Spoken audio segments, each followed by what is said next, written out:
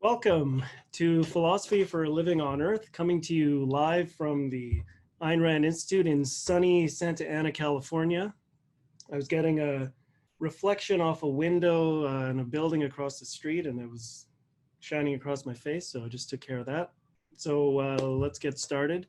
So this is our weekly web series exploring life's big questions and the answers to those questions coming from the ideas of Ayn Rand. So I'm Keith Lockitch, and I'm your host this week. And today we're going to talk about New Year's resolutions. So this is our first session of 2020. So I thought it'd be a good time to explore the question of why are New Year's resolutions so hard to keep?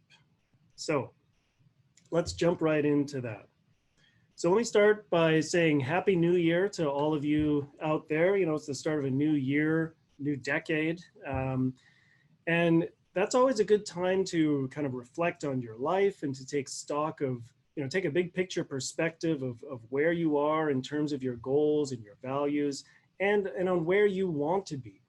So we have a tradition of, making New Year's resolutions. We take certain aspects of our lives that we want to try to improve and we set some goals. We resolve to make a change for the better. Now, unfortunately, as I'm sure you're all aware, New Year's resolutions are notorious for being goals that people fail to achieve. You know, there are various polls that ask people about their New Year's resolutions. You know, a pretty commonly reported number that I've seen is that around 4 out of 5 people who set New Year's resolutions don't keep them for very long. You know, the numbers vary from poll to poll, but I think they all suggest somewhere in the neighborhood of around 80% of people fail at keeping their New Year's resolutions. I saw one report that even suggested that most people's resolutions, don't even last longer than January 12th. So, I think it's gotten to the point where a lot of people, I think, have become pretty cynical about this whole tradition, right? New Year's resolutions are often viewed as somewhat of a joke. You know, there's a whole genre of memes making fun of the very idea of setting New Year's resolutions, right? So, are New Year's resolutions a joke? I mean, is this just a stupid tradition that we should get rid of altogether? And I think more to the point, is this just an exercise in self-delusion? I mean, are people just fooling themselves into thinking that they can make significant improvements in their lives, that real change is possible? Well, I don't think so. And I think that what the widespread failure of New Year's resolutions points to is just how difficult it is to define and maintain goals that will truly have a positive impact on your life. You know, New Year's resolutions are hard to keep because it's challenging to define appropriate goals. It's challenging to formulate a plan for working towards those goals and achieving them. And it's challenging, to sustain the motivation and willpower to maintain those goals over time. This is not an easy thing to do. So, it's not just as simple as, sort of writing down some goals on New Year's Eve and then expecting them to just happen. To make important changes in your life for the better takes a serious commitment to yourself and a carefully thought out plan of action. Now, there are lots of books and articles out there that have a lot of advice to offer on how to go about making changes in your life. Now, I'm not a psychologist and I don't want to pretend to have expertise that I don't have. What I plan to do in today's session is I want to say a little bit about, some of the advice that's available out there that you can find if you search this kind of literature. Then what I want to do is I want to say a little bit about what I think is a deeper moral issue underlying the challenges that people face in this area. So if you take a look at the psychology and the kind of self-help literature, you'll find lots of useful tips and bits of advice on how to stick to your New Year's resolutions. For instance, take the issue of defining appropriate goals, okay? often our goals fail because they're not well defined in the first place. They might be too vague and aspirational rather than specific and measurable, right? You know, in 2020, I want to exercise more or save money or lose weight. Okay, how much weight? How quickly, right? If you set a goal of dropping 50 pounds by the end of January, that's probably not very realistic or achievable. And how do you plan to go about doing it? What changes to your diet or exercise habits are you going to make? And are those changes realistic and sustainable in the long run? So your goals, need to be specific and well defined in terms of how they'll fit into the rest of your life. Or consider the need to have a plan. I think often one reason that people's New Year's resolutions fail is that they're unrealistically overambitious. Starting January 1st, I'm going to work out every day of 2020. But is that really realistic? And do you really have a plan for how that's actually going to fit into your life, right? So you go to the gym the first day, maybe you go the second day, then work starts up again in the new year. And, by the 4th of January, you get stuck late at work and you have to pick up the kids, and then it's late and you're exhausted and there's no dinner on the table, and it just doesn't happen, right? We've all seen the phenomenon of, our favorite workout place being packed with, New Year's resolutioners for the first few weeks in January, and then things settle back to normal, right? This is also the stuff of kind of cynical memes, right? This one, and then there's this one. So, one piece of advice that you'll see on the issue of having a plan is the idea of starting small, right? Making incremental improvements that will add up to bigger changes in the long run. So don't plan to work out every single day. Plan to, hit the gym at least once and just give it a shot, and then maybe once a week or something like that, right? So these kinds of incremental changes are more realistic and more sustainable. And then this is the idea of atomic habits, if you're familiar with that book. So you need to give a lot of thought to how you'll go about making changes to the habits that you live by on a daily basis. You need a plan for that. Now, as I said, there's a whole arsenal of skills and tools that psychologists have developed, that can help people stay on track with their goals. And I encourage you to seek those out if you find it difficult to maintain your resolutions. What I want to turn to now is an issue that I think maybe, cuts even deeper on the question of why New Year's resolutions are so hard to keep. And it has to do with the moral status of this kind of goal setting. So let's turn to that now. So the first point I want to make here is about the kinds of New Year's resolutions that people make. If you look at lists, there are articles that give lists of the most popular New Year's resolutions, right? If you go look at what some of the most popular resolutions are, what you find is something interesting.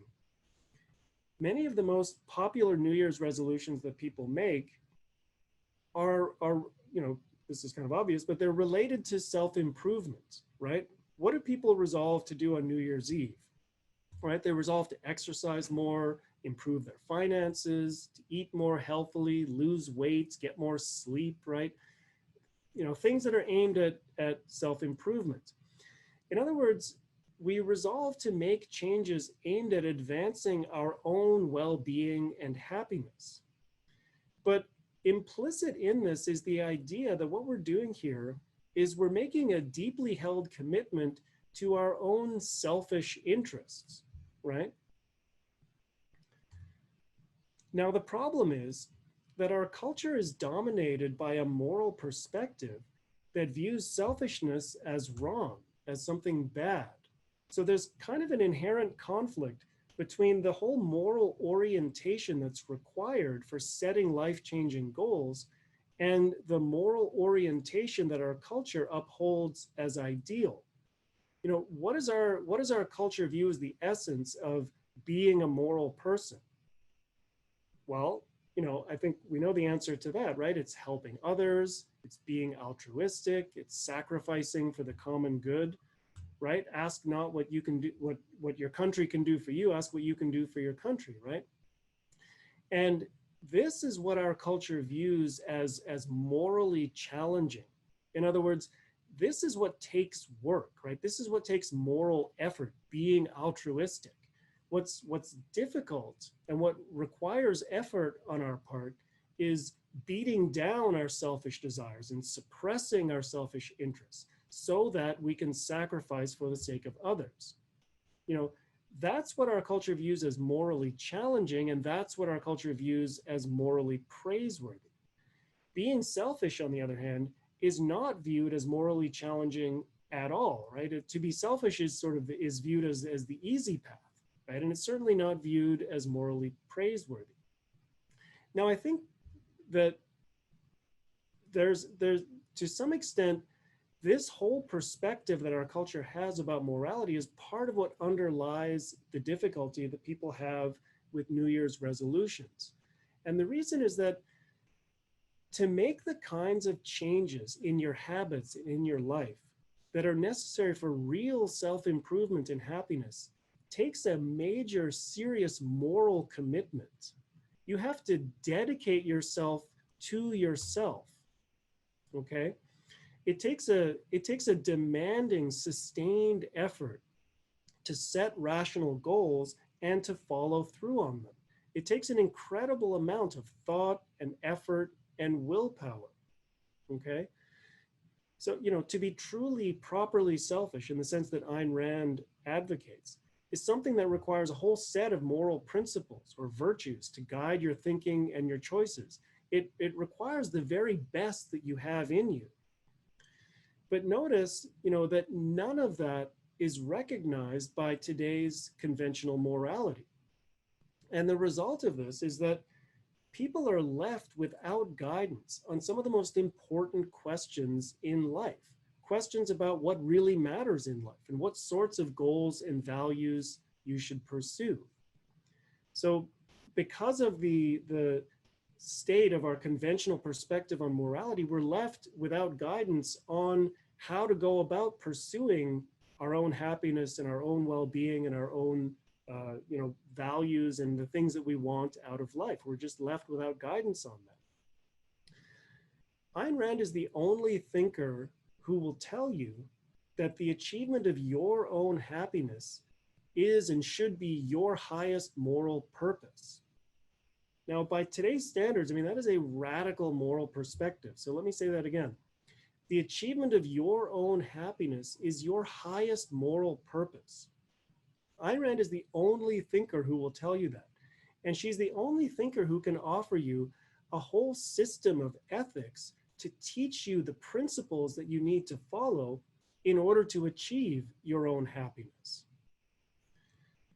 Now, what those principles are is a whole other topic. So I'm gonna wrap up here, and I'm gonna make some recommendations for further reading, and then we'll turn to the Q&A in a minute. So to summarize what we've discussed, New Year's resolutions are hard to keep because they require a whole arsenal of psychological skills and tools that are needed to set goals effectively and to maintain them over time. More fundamentally, I think they're hard to keep when the whole weight of the culture militates against the idea that your own happiness should be your highest moral purpose, that it's morally laudable and praiseworthy to make a deeply held commitment to your own well-being and happiness.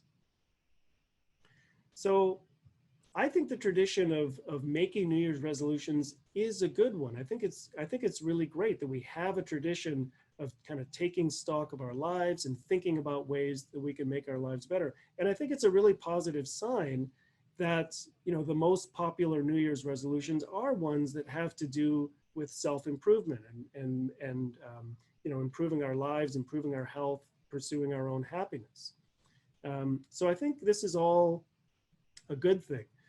I also think this is something that we should be doing all year long, you know, not just on New Year's Eve. So we want to be making this kind of moral commitment to ourselves, not just once a year. It's something we want to be thinking about all the time. Okay. Okay.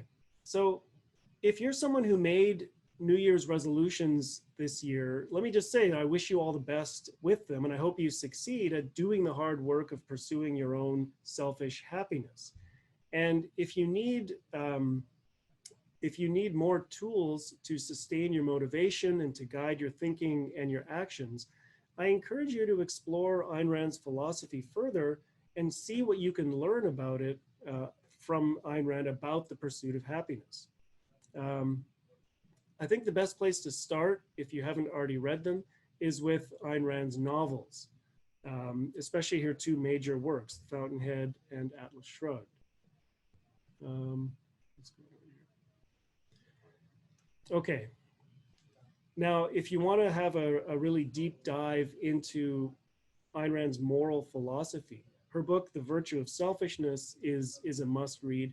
And so is Leonard Peikoff's book, Objectivism, the Philosophy of Ayn Rand, which goes into great detail about how to understand and apply the moral principles that Ayn Rand advocates. Okay, so that brings me to the end of my presentation. Let me wrap up there. In just a minute, I'm going to be joined by my colleague, Ilan Jorno, who's going to help me moderate the Q&A. But before we get there, let me just do some of our usual announcements. So Ilan, who's joining me today as moderator, is also going to be our presenter next week. And the big question that he'll be discussing is, who decides what's right or wrong? Now, to me, that's a really interesting question.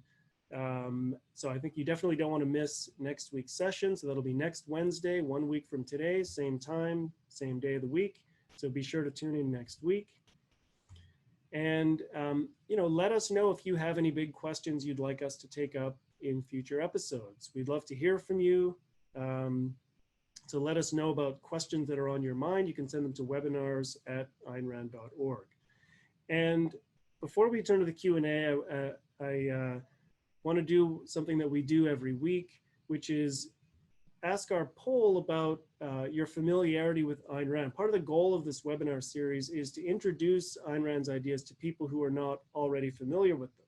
So we're curious to know, whether we're reaching our target audience. So I'm going to put up this poll, and if you're watching today, I'm going to launch the poll. Go ahead and if you're watching this on Zoom, go ahead and vote over the Zoom poll. Let us know what your familiarity is with Ayn Rand, and that'll help us do what we're doing. All right, so I'll just leave that poll up there while we do the Q&A. And I think we are ready to move to questions. So I'm going to stop my screen share here. And Ilan is going to join me. Hi, Ilan. Thanks for joining me today. Sure. How are you, Keith? Thanks for the presentation. All right. So what do we have? Do we have some questions? Well, let me take, while we get the questions sort of in the queue, let me ask you a moderator's prerogative type question. You are stressing this idea that making resolutions for self-improvement requires a serious moral commitment to yourself.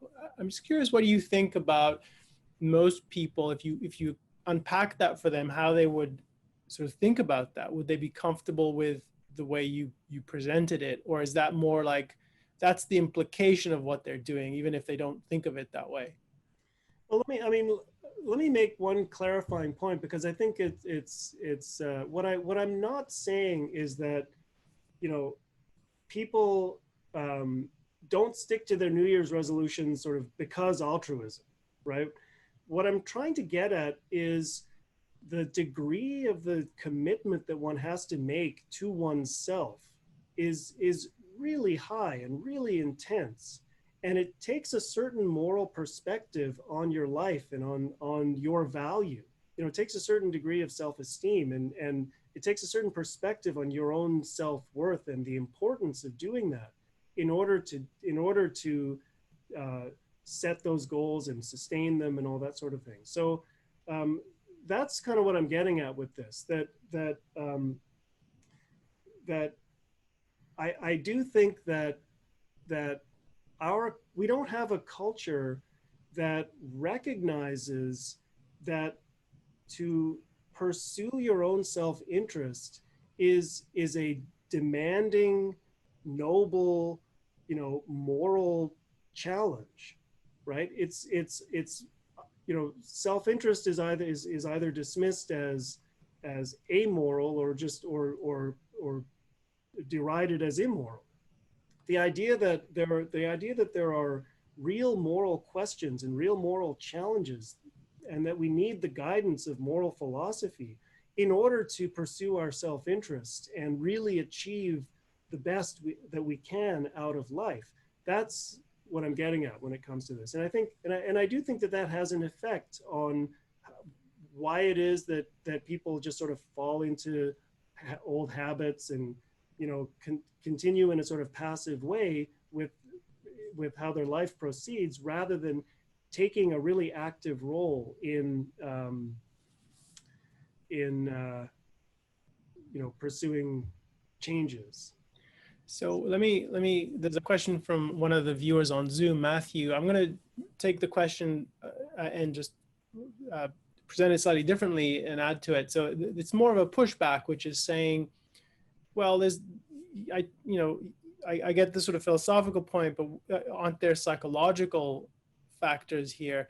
And as you said in the presentation, you're not a psychologist now. I don't want to put you in a position of having to address that. But, one thing you said about self-esteem really struck a nerve when I was listening to it, to what you're saying, which is that, Ayn Rand's conception of self-esteem is both philosophical and psychological. And so there's something to be said for, so maybe you can share a perspective on what are some of the reasons, because if you think about people trying to improve themselves, and one of the sort of challenges they face is one layer of understanding is they need self-esteem. They need to value themselves, as you put it, to commit to themselves.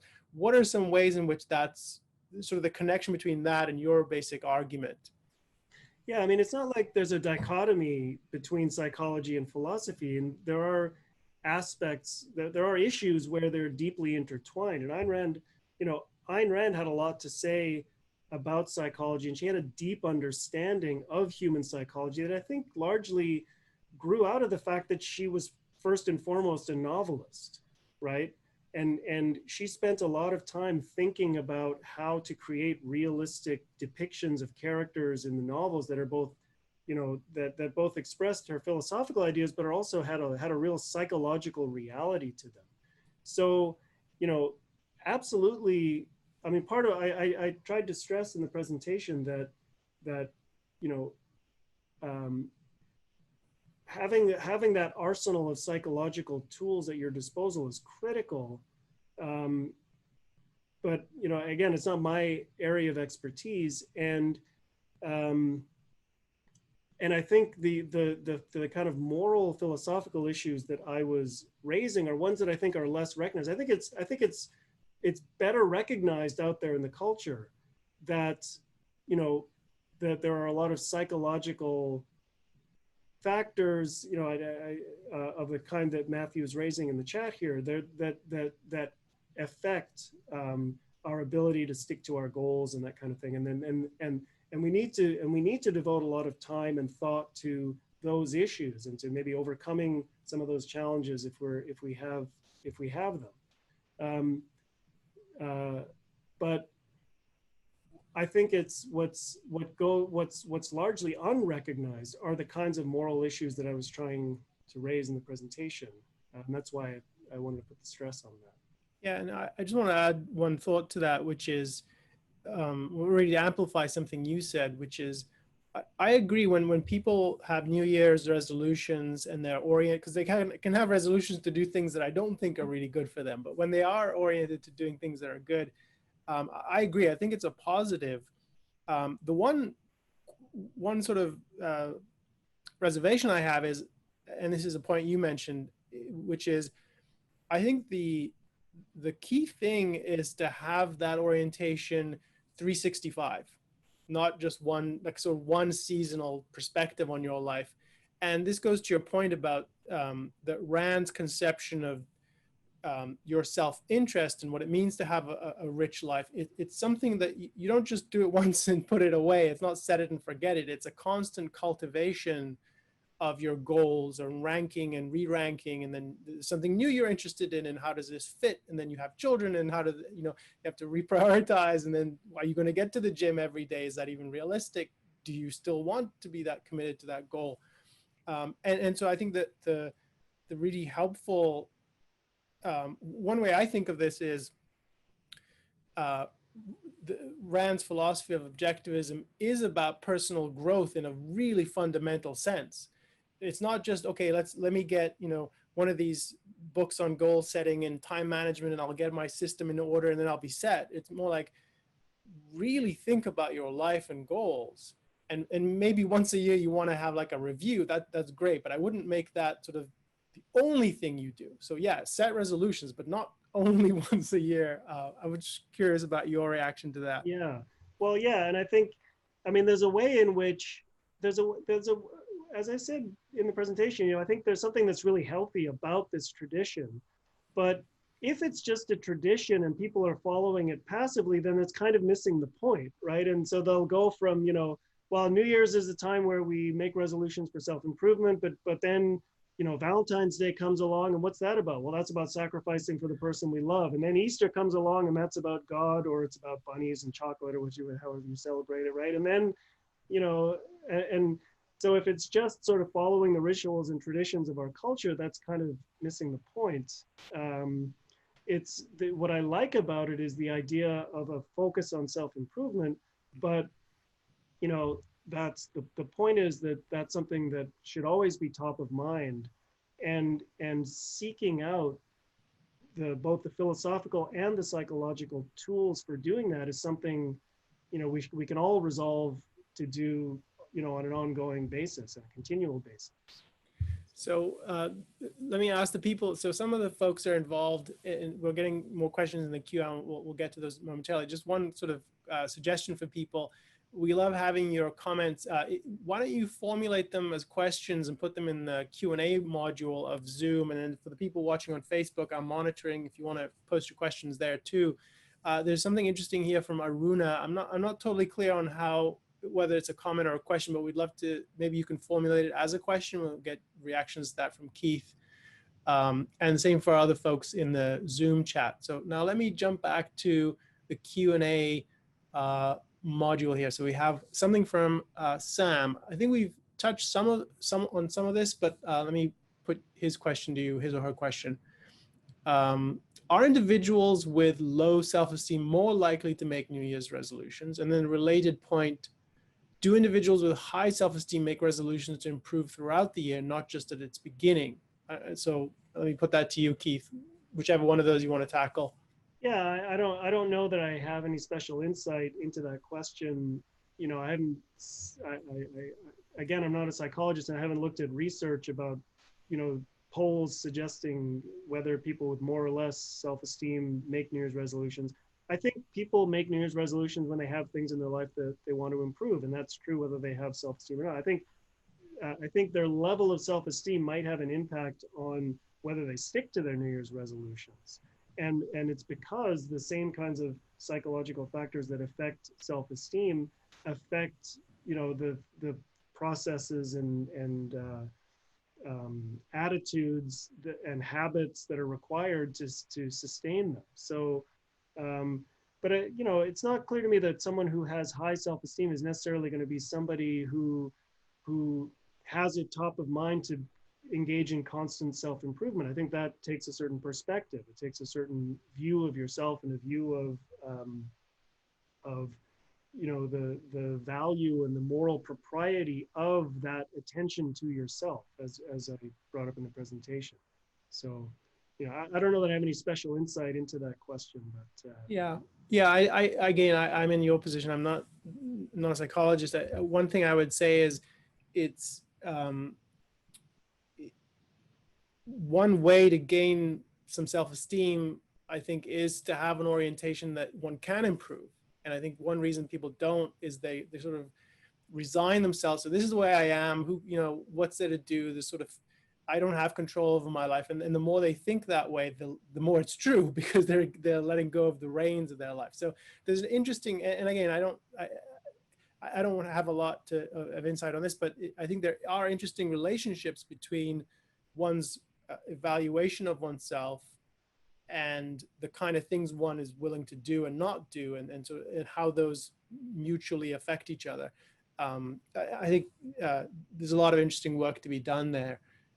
So let me go back to, there's another question here, which I think, we have a question which I think is slightly off topic. Maybe we'll try to get to it near the end from Dennis, but one from David in the queue. The general question is, do you have suggestions for influencing other people to improve their lives? And the concern is, he knows someone who he thinks there's room in their life to improve. It's someone very close to him, but he doesn't want to seem preachy, and also the person can get defensive, and there's also sort of obstacles. So any suggestions for navigating that kind of issue?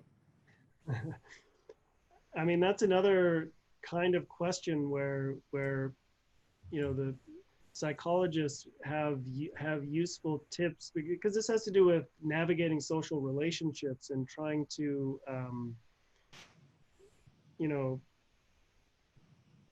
you're talking about kind of broaching difficult subjects that have to do with somebody else's self-improvement. I mean,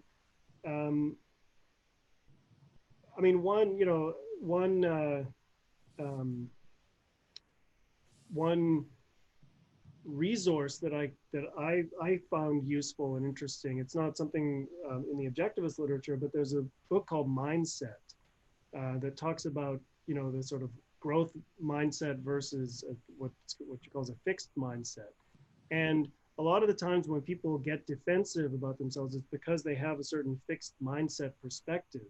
And in that book, she talks about these different mindsets and talks about ways that coaches and parents and teachers can encourage in their children or in other people a way of looking at themselves where they're focused on self-improvement and growth, as opposed to are they just sort of being judged as who they are in that moment. So if you haven't read that book, you might find that useful. It's by psychologist named Carol Dweck. It's called Mindset. So yeah, I think there's a real skill to be gained in terms of influencing people so that they can work on their own lives and improvement.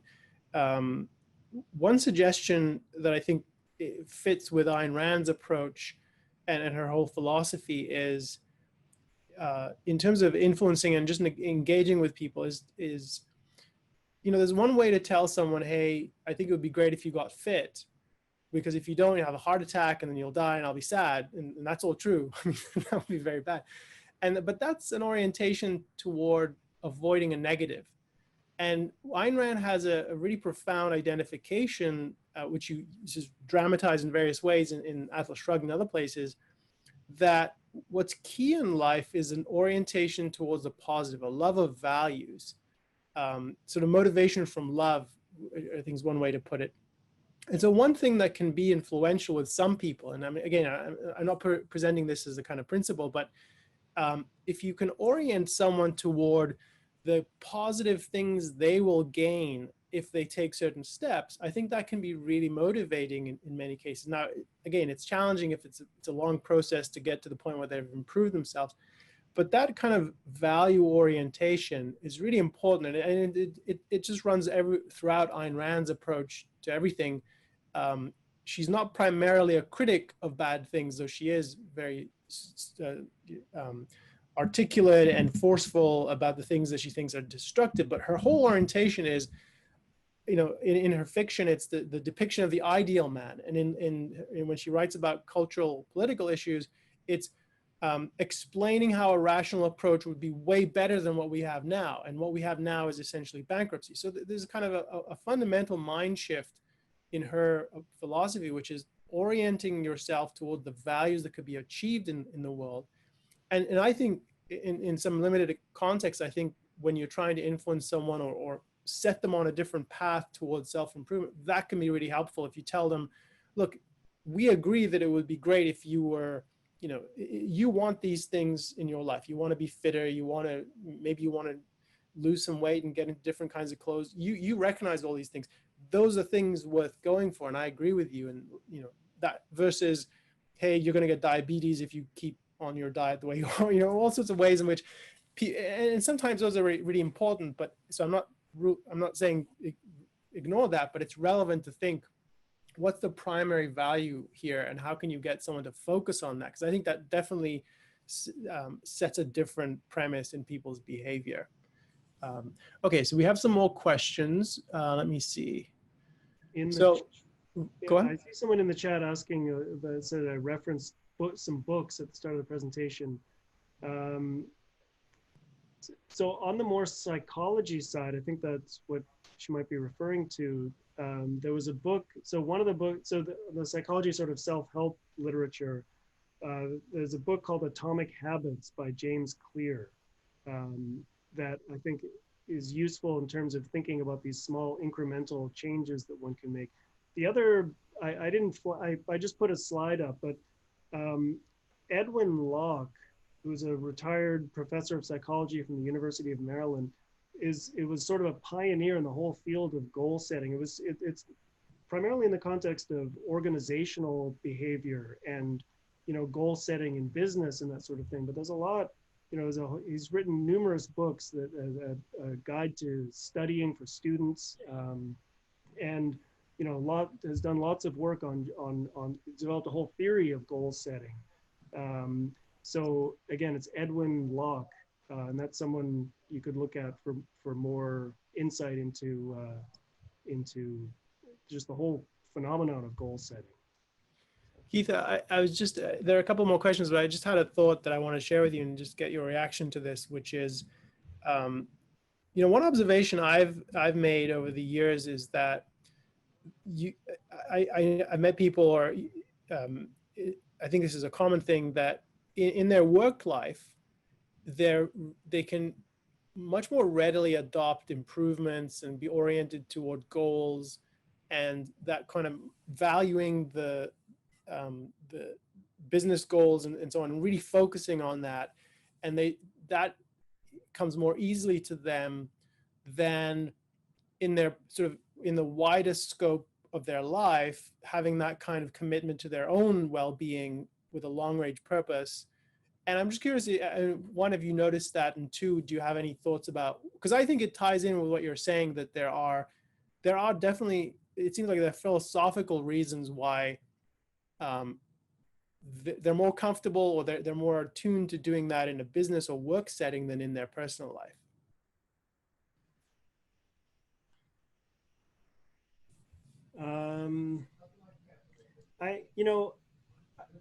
I could speculate about some reasons why I think that might be true. I mean, for one thing, you know, for most of us, our work is, you know, the main activity that we devote our time to in our life. You know, when we're at home, we're either sleeping or we're eating, or we're, you know, having a little bit of social time or relaxation time. But our work is our, you know, and this is actually Ayn Rand's philosophical perspective on it, that it's our primary sort of integrating value that we pursue in life. And so, and I think that that the idea that of being productive and producing values and trading in the marketplace, these are less controversial philosophically, I think, than the kind of moral perspective that it takes to work on some of those other areas. They're less sort of fraught with psychological challenges and obstacles. You know, so I think that could be part of it. Yeah, I was thinking, I tend to agree with that. And I think one other thing that I notice is in a business or work setting, often the goals are much more easily definable, they're narrower. So imagine, okay, you know, the next quarter you have to sell 16 cars from the dealership. That's your goal, and you can focus on that, and everything you do is oriented. That's different from, I'm not totally happy in my life. I'm not sure why that is. I'm not sure how to get to being happy. There are all kinds of things going on. So this is outside of work. And then what does that really look like? And should I be pursuing my happiness? And yes, but no. And there's sort of, people get conflicted about that. And so the sort of the fundamental kind of goals are harder to think about and harder to break down and figure out, both, am I worth taking these steps to reach them? And what does it really look like to achieve these steps? I mean, and I think there's something to sort of that connects with what you were saying in the presentation, which is New Year's resolutions are like, often when they're positive, they're sort of piecemeal puzzle pieces of what would the big picture look like. And you know, yeah, I need to lose 10 pounds. Okay, that's going to help me. But what Ayn Rand is saying, let's open the whole canvas. What does the full picture look like? Think about that. Yeah. I would add also that, you know, in our work, we spend all of our time and we get training and we have a certain professional expertise in the thing that we spend our time on every day. But all these other areas of life also require a huge amount of knowledge and expertise that most of us don't have. I mean, just think about nutrition. You know, what is the optimal diet, you know, for human beings, or for you in particular, given your particular medical needs.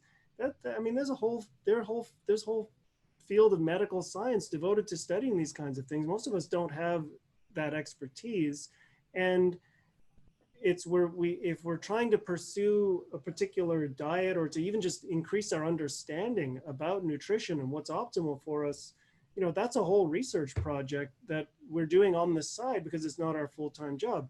Or think about, you know, navigating our relationships with our loved ones. You know, again, there's all kinds of, there's whole, you know, reams of literature and psychology about how to go about doing that. And most of us are not experts on that. And we just sort of have to kind of figure these things out, or parenting. I mean, you and I both have kids. And we know that, I mean, there's a lot of knowledge and skills that are required to to parent effectively. And we have to kind of pick that up on the side.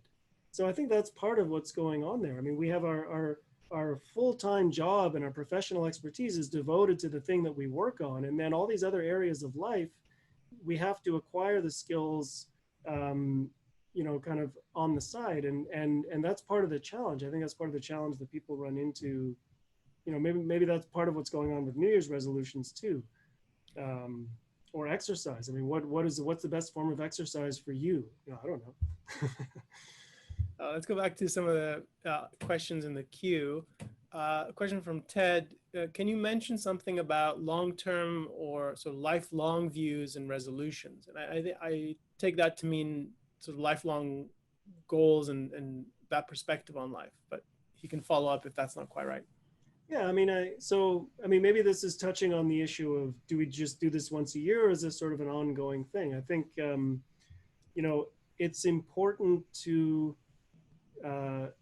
think about your life on all different scales, right? And you know, people talk about getting that kind of 30,000 feet perspective versus, you know, the runway kind of perspective. And you want to take stock of, you know, what are your most important values, your career, your relationships, you know, the leisure activities, the things you like to engage in.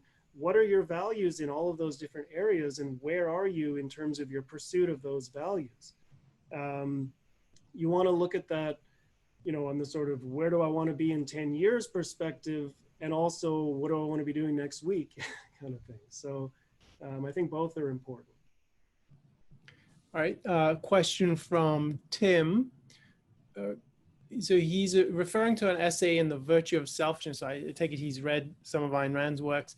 It's the essay Mental Health versus Mysticism and Self-Sacrifice. I forget if that's the exact title. I think that's one by Nathaniel Branden included in the book. So he's asking for a comment about how that essay relates to some of the basic premises you've raised in connection with altruism and its impact on psychology, and then sort of applying that to goals and resolutions. Yeah, I haven't reread that essay recently, but if my recollection is that I think it sounds some of the themes that I was trying to stress in the presentation, that the effect that and actually in the introduction to the virtue of selfishness, Ayn Rand talks about the effect that that altruism being the dominant school of morality, the effect that that has um, on people trying to seek moral guidance. You know, the idea that we're sort of left without moral guidance from the whole field of ethics. Like the field of ethics is a science, and it's a science whose job is to provide guidance on how to pursue values and how to figure out the principles that will lead to long-term success and happiness in life. But that's not the way it's understood or taught by most academics who work in the field of ethics. And so that it's almost as though we had a whole profession of doctors who thought that their job was to make sure that people's big toe was like the healthiest it could possibly be. And then what about the rest of your body? Well, they don't have anything to say about that. It's as weird as if that we're sort of left without any guidance whatsoever on how to make sure our heart is healthy and our cardiovascular system and all this other stuff, right? That's the situation we're in when it comes to ethics.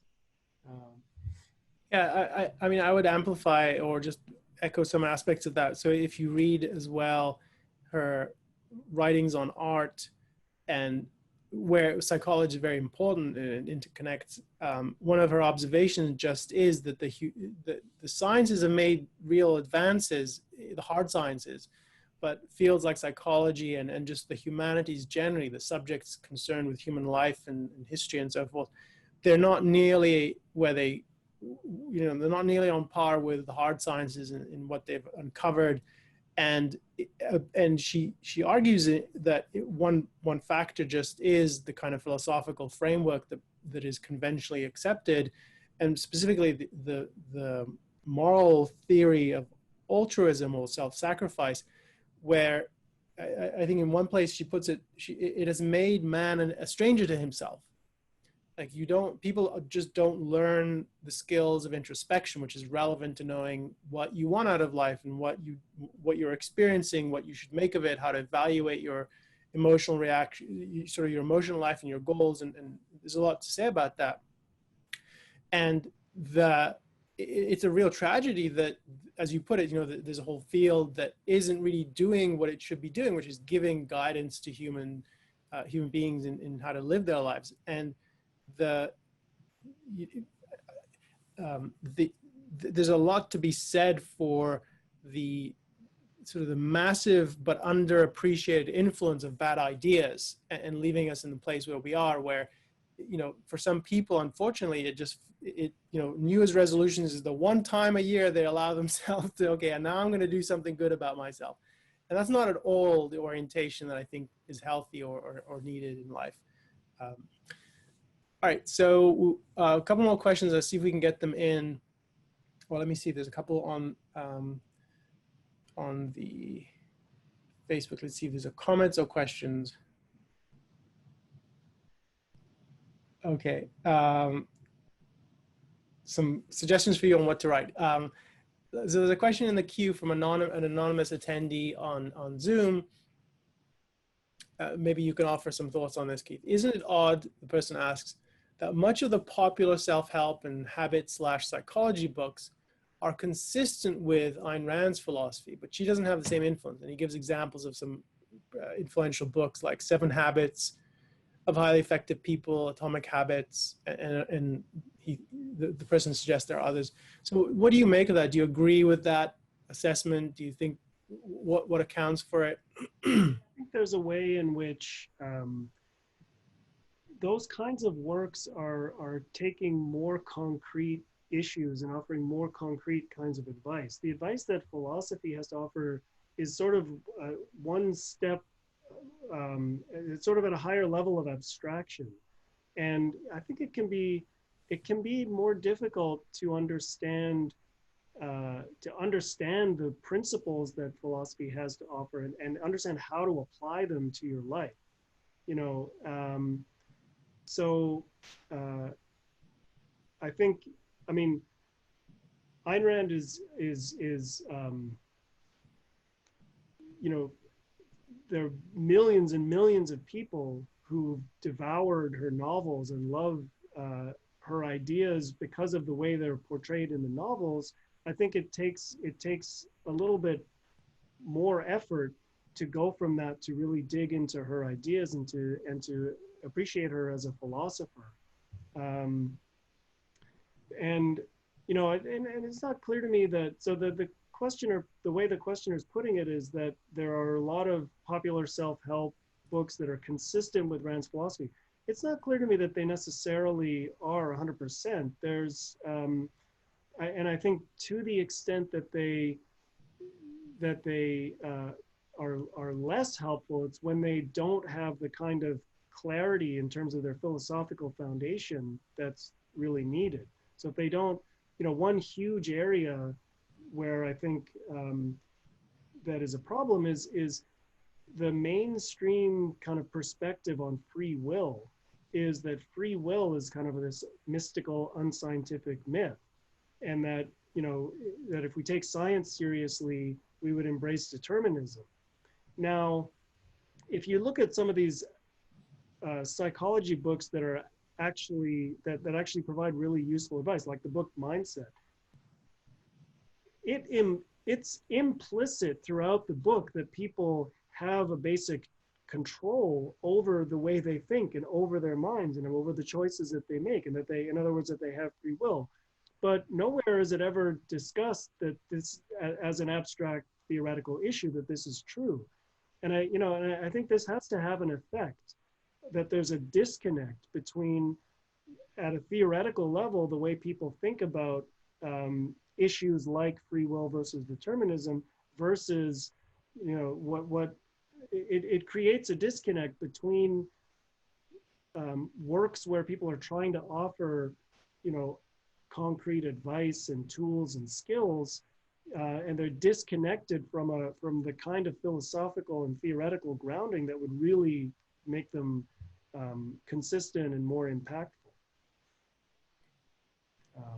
This is just an anecdote. I haven't studied the field of self-help books with any systematic approach at all, but I've run into a couple of people who are involved in psychology, and one person, and my impression is that in unappreciated ways, Ayn Rand's ideas have influenced some people who work in psychology, and maybe it's not a direct line of influence, maybe they haven't read her themselves, but the whole, I think she's opened, just as in, I think politically, she's opened up the conversation about capitalism. Like the fact that people talk about capitalism in a moral context, I think that's directly attributable to Ayn Rand's influence in the culture. And I think there are similar things, this is part speculation, but I think there's reason to think that I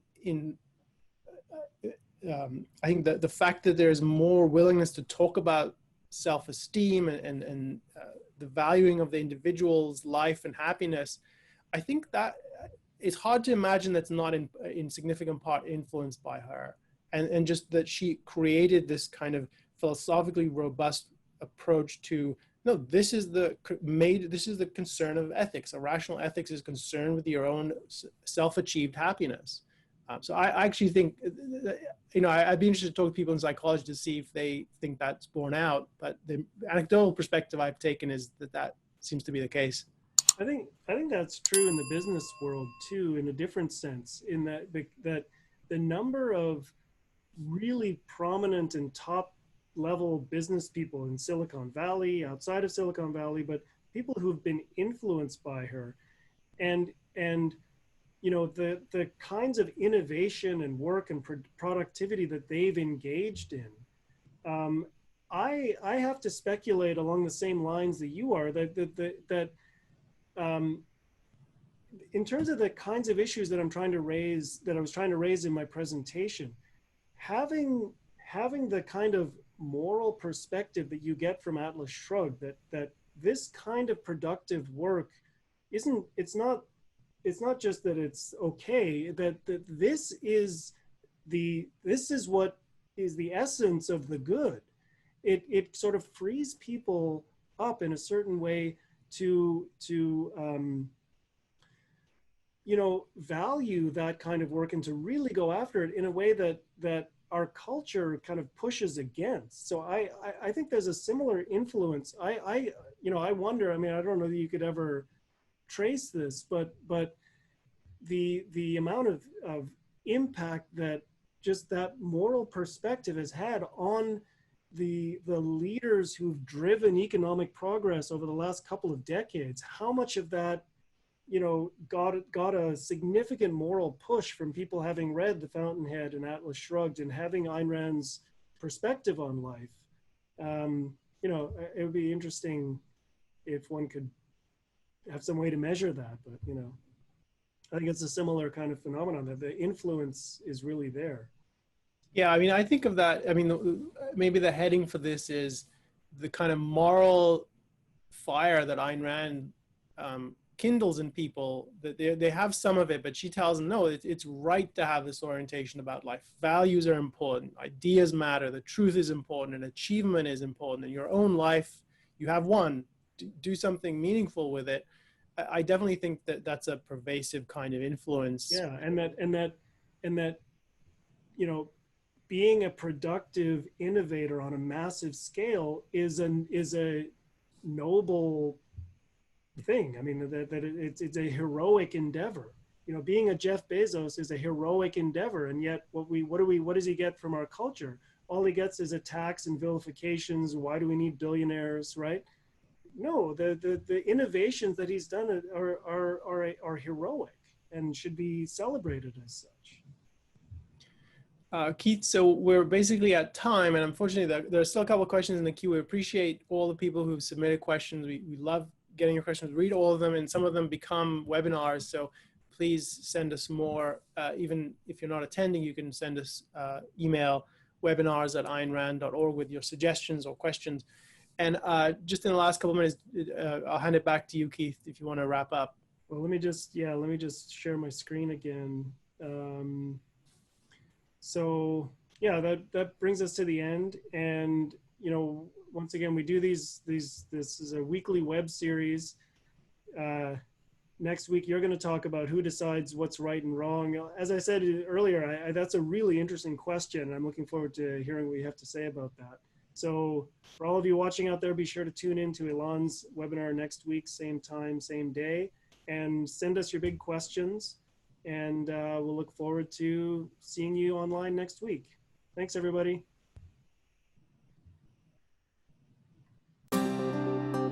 Thanks for watching. Be sure to subscribe and ring the bell to never miss a video.